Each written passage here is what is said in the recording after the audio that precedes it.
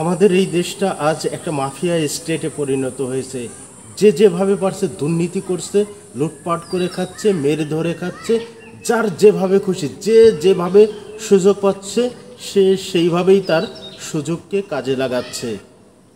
পরের বার হাত পা মাথা আলাদা করে দিয়ে যাবে, তার আগেই টাকা রেডি রাখ।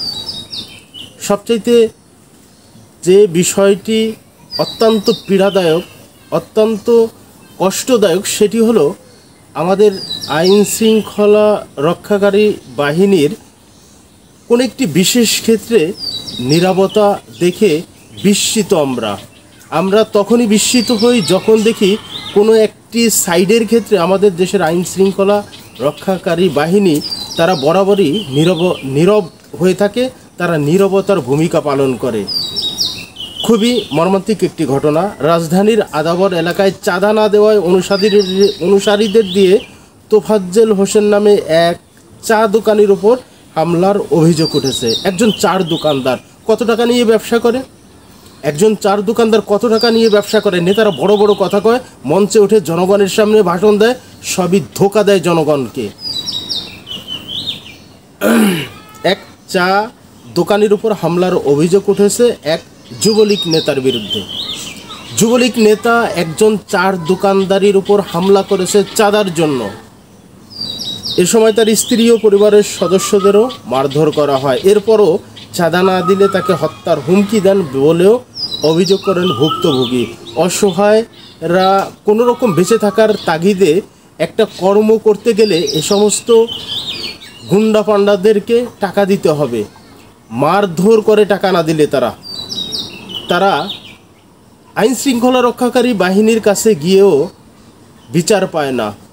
তাদের আইন শৃঙ্খলা রক্ষাকারী বাহিনী নীরব হয়ে দাঁড়িয়ে থাকে, নীরবতার ভূমিকা পালন করে। সেখানে তারা কোনো পদক্ষেপ নেয় না।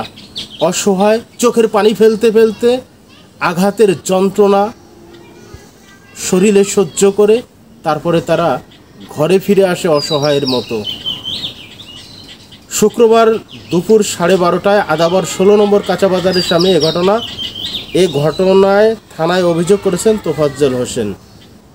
অভিযুক্ত যুবলীগ নেতার নাম আব্দুর রাজ্জাক। তিনি ঢাকা মহানগর উত্তর আদাবর থানার 30 নম্বর ওয়ার্ড যুবলীগের সহসভাপতি। ভুক্তভোগী তোফাজ্জল হোসেন যুগান্তর করে বলেন, আদাবর 16 নম্বর ব্রিজের উপর আমার 4 দোকান রয়েছে, পাশাপাশি কয়েকটি রিক্সাও আছে। কয়েকদিন আগে আমার দোকানে এসে যুবলীগ নেতা আব্দুর রাজ্জাক ও তার সহযোগী সোহাগ সহ আরও 4-5 জন আমার কাছে 20,000 টাকা চাঁদা দাবি করে। দোকান চালাতে হলে এককালীন 20,000 আর প্রতি মাসে 1,000 টাকা করে দিতে হবে এই গুন্ডাদেরকে, না হলে তাদেরকে নির্যাতন করবে, অত্যাচার করবে, ব্যবসা করতে দেবে না।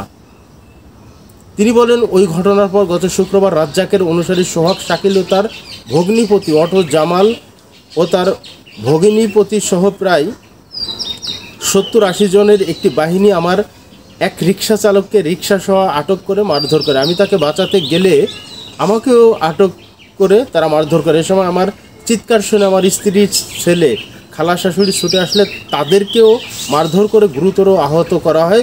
পাশেই কাঁচা বাজারের 3-4 জন দোকানদার আমাকে বাঁচাতে আসলে তাদেরকেও মারধর করা হয়। এ ঘটনায় থানায় অভিযোগ দিয়েও কোনো কাজ হচ্ছে না জানিয়ে ভুক্তভোগী এই চা দোকানি বলেন, এখন পর্যন্ত পুলিশের কোনো ভূমিকা চোখে পড়েনি। পুলিশ নিষ্ক্রিয় ভূমিকা পালন করছে বলেও অভিযোগ করেন তিনি। এদিকে হামলার পর রাতে যুবলীগ নেতা রাজ্জাক তার দোকানে এসে প্রাণনাশের হুমকি দিয়ে গেছে বলেও অভিযোগ করেন তোফাজ্জল হোসেন। স্বাধীন সার্বভৌম দেশ, জনগণকে সামনে রেখে কত বড় কথা বলা হয়। জনগণের কল্যাণই নাকি একমাত্র লক্ষ্য, একমাত্র তাদের উদ্দেশ্য। কিন্তু সেই জনগণের খোঁজ খবর রাখেটাকে? 70-80 বছরের বৃদ্ধ যখন বেঁচে থেকেও নিজেকে সমাজসেবা কার্যালয়ে গিয়ে জীবিত আছে তিনি এটা প্রমাণ করতে মাসের পর মাস, বছরের পর বছর কেটে যায়, পায়ের স্যান্ডেল ক্ষয় হয়ে যায়, তারপরেও তিনি তার সমাজসেবা কার্যালয়ে যেয়ে নিজেকে জীবিত প্রমাণ করতে পান না। বৃদ্ধ বয়সের ভাতার টাকা সেগুলোকেও মৃতের খাতায় তুলে দিয়ে, জীবিত মানুষকে মৃতের খাতায় তুলে দিয়ে তাদের টাকাগুলো আত্মসাৎ করা হয়।